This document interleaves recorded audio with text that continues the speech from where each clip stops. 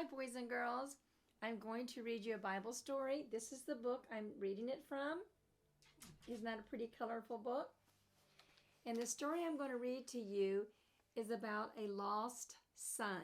Have you ever been lost before? Well, let's hear about this story, okay? Jesus told this parable about a father and his two sons.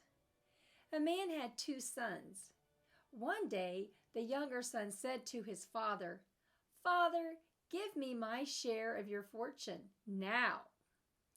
This made the father very sad, but he gave his son the share of the family fortune.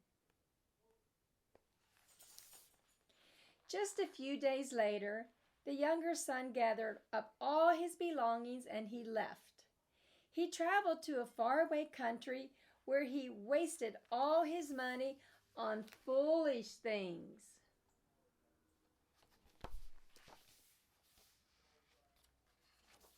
Turn the page here. After the younger son had spent all his money, a terrible famine struck the land. He had no money and no food and no friends.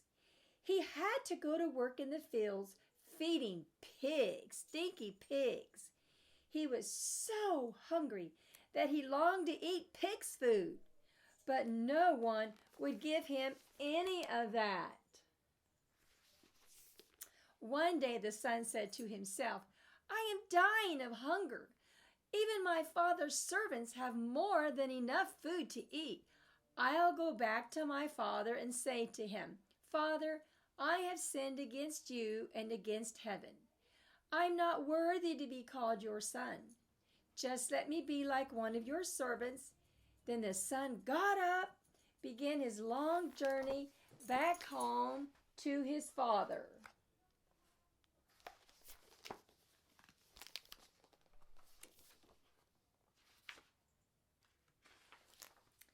While the son was still a long way off, his father saw him coming, and his heart filled with love and compassion.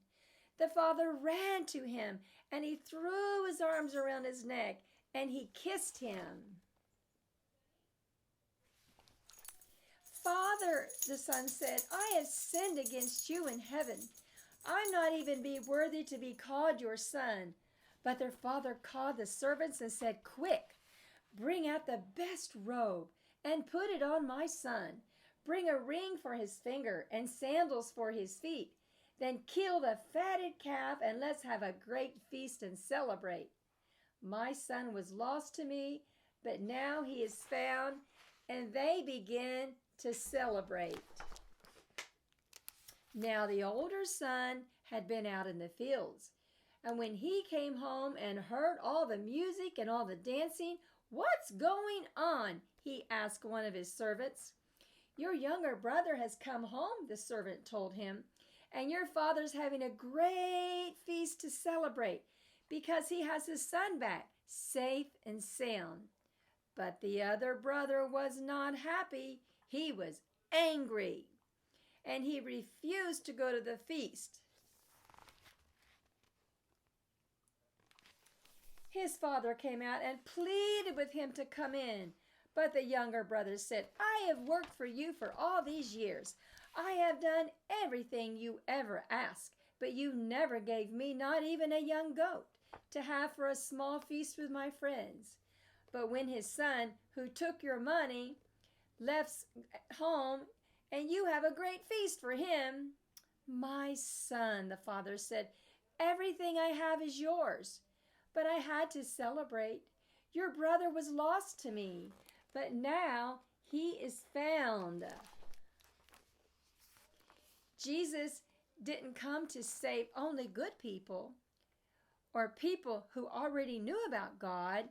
He came to save all who turn from sin and trust in him. Even when we're still sinners, he died for you and me.